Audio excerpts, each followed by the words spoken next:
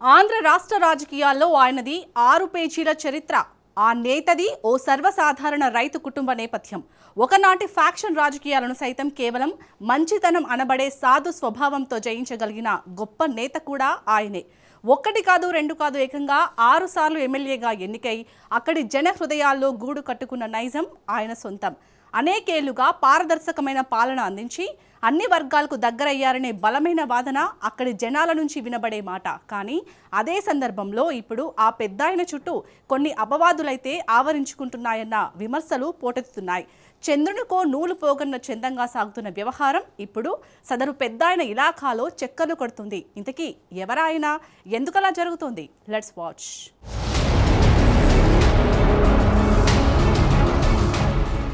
ఉమ్మడి కడప జిల్లా రాజకీయాల్లో ప్రొద్దుటూరిది ఓ ప్రత్యేకమైన స్థానం. పాలిటిక్స్ తో పాటు పారదర్శక విధానాలకు ఇక్కడి ఓటర్లు పెద్దపీట వేస్తుండటం స్పెషల్గా చెప్పుకోవచ్చు. మరీ ముఖ్యంగా చెప్పుకోవాలంటే ప్రస్తుత ఎమ్మెల్యే నంద్యాల వరదరాజులు రెడ్డి అంశమైతే సిరినగరి సిగలో గుర్తుండిపోయే మాట. 6 సార్లు ఎమ్మెల్యేగా రికార్డు బద్దలు కొట్టారు వరదరాజులు రెడ్డి. రేపటి రోజున విస్తరించబోయే కేబినెట్ లో చోటు దక్కే అవకాశాలు ఉన్నట్లు కూడా సమాచారం ఉంది. ఎందుకంటే ఇప్పటికే వరదరాజులు వయస్సు 86 ఏళ్లు. వచ్చే ఎన్నికల్లో ఆయన పోటీ చేసినా లేక వారసత్వానికి అవకాశం వచ్చినా చివరి 2 ఏళ్లైనా అమాత్యుడిగా పదవిని పొందాలనేది ఆయనతో పాటు అనుచరుల అభిష్టం. అన్ని వర్గాల సహకారంతో 2024 ఎన్నికల్లో అద్భుతమైన గెలుపును సాధించగలిగారు. అయితే విజయ పరంపరలో ఊహించని విధంగా కొందరు వైసీపీ నేతలు చొచ్చుకొచ్చారు. వాళ్లే ఇప్పుడు నియోజకవర్గంలోని అన్ని వ్యవహారాల్లో జోక్యం చేసుకుంటున్నారనే విమర్శలు విస్తృతమవుతున్నాయి. మరీ ముఖ్యంగా మున్సిపాలిటీ, రూరల్ ప్రాంతాల్లో వాళ్లు చెప్పిందే వేదమన్నట్లుగా పరిస్థితులు సాగిపోతున్నాయట.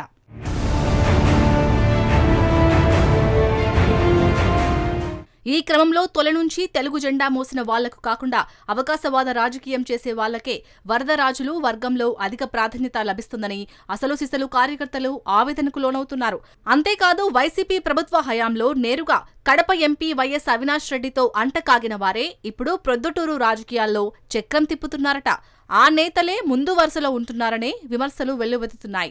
కార్యకర్తలకు సంబంధించిన చిన్న చిన్న పనులతో పాటు కోట్ల రూపాయల కాంట్రాక్టు పనుల్లో సైతం తలదూరుస్తూ పెద్దాయనకు తెలియకుండానే చెడ్డ పేరును ఆపాదించి పెడుతున్నారట.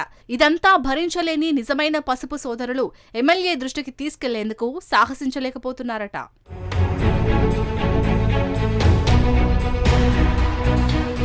నియోజకవర్గంలో ఏం జరుగుతుందో ఏమో తెలియదు కానీ అంతా బాగుందని మాత్రం తెగ పొగడ్తలతో ముంచెత్తుతున్నారట కొంతమంది వంది మాగదులు. అదే నిజమని పెద్దాయన నమ్ముతూ అలాంటి వారికే సదరు ఎమ్మెల్యే పెద్దపీట వేస్తున్నారట.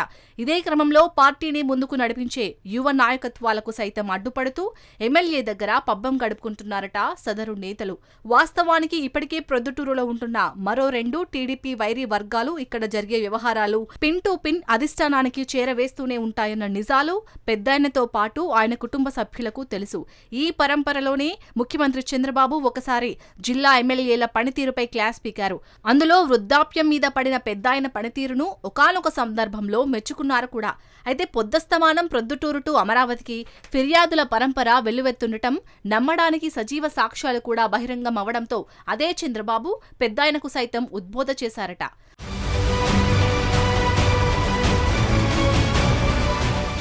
అంతేకాకుండా ఇటీవల ముఖ్యమంత్రి తనయుడు యువ మంత్రి లోకేష్ సైతం ఉమ్మడి కడప ఎమ్మెల్యేలు కొందరికి ఏకధాటిగా క్లాస్ తీసుకున్నారు. ఈ బ్యాచ్ లో సీనియర్ ఎమ్మెల్యే వరదరాజులు రెడ్డి కూడా ఉండటం విశేషం. ప్రజాక్షేత్రానికి దూరంగా ఉంటూ విమర్శలు ఎదుర్కొంటున్న ఎమ్మెల్యేలకు షోకాస్ నోటీసులు ఇవ్వాలని కూడా ఆదేశాలు జారీ చేశారు. అదే తడవుగా లిఖితపూర్వకంగా జవాబులు ఇవ్వాలంటూ కూడా గట్టిగా చెప్పారు. వాస్తవానికి వరదరాజులు రెడ్డి నియోజకవర్గ జనానికి నిత్యం అందుబాటులోనే ఉంటారు.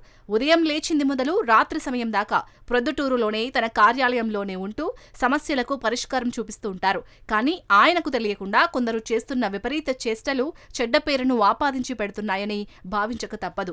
చీమలు పెట్టిన పుట్టలో పాములు చేరుకున్నట్టుగా వైసీపీ అధికారం కోల్పోగా మళ్లీ అదే అధికారం కోసం రంగులు మార్చి ఊసర వెల్లుల్లా అవతారమెత్తి టీడీపీలోనూ పెత్తనం సాగిస్తున్నారు. ఇలాంటి వాళ్ల విధి విధానాలే పెద్దాయన గౌరవానికి భంగం కలిగిస్తున్నాయని విశ్లేషకులు అంచనా వేసుకుంటున్నారు.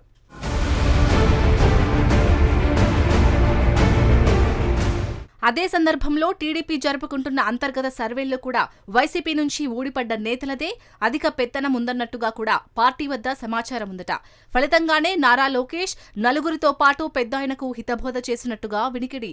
అంతేకాదు యువనేత ఇప్పటికే పలుమార్లు వైసీపీ నుంచి వచ్చిన వారి పట్ల జాగ్రత్తగా ఉండాలని కూడా పార్టీ వర్గాలకు తెగ సూచనలు చేశారు. అలాంటి వారు పనులు జరుపుకోవడంతో పాటు వైసీపీకి కోవట్టులుగా పనిచేసే ఆస్కారం ఉందని కూడా ఓపెన్ గా చెప్పేశారు. ఇతర పార్టీల నుంచి వచ్చిన వారు శాశ్వతం కాదని, టీడీపీ కార్యకర్తలే పార్టీకి మూల స్తంభాలంటూ లోకేష్ ఉటంకించిన సందర్భాలు కోకొల్లలు.